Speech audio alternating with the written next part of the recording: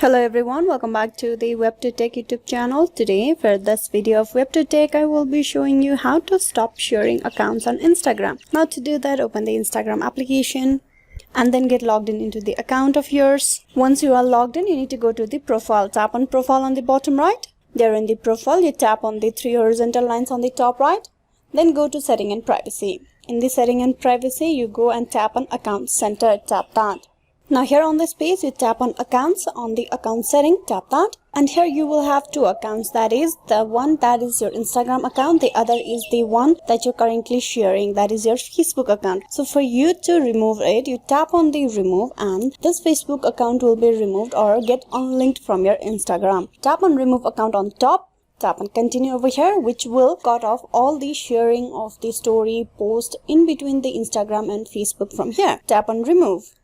Now that account will be removed and you'll no longer have your Instagram linked with any other accounts on your page. So this is a way how you can stop sharing accounts on Instagram. Hope this video was useful. Please like and subscribe the WebToTech YouTube channel. Thank you.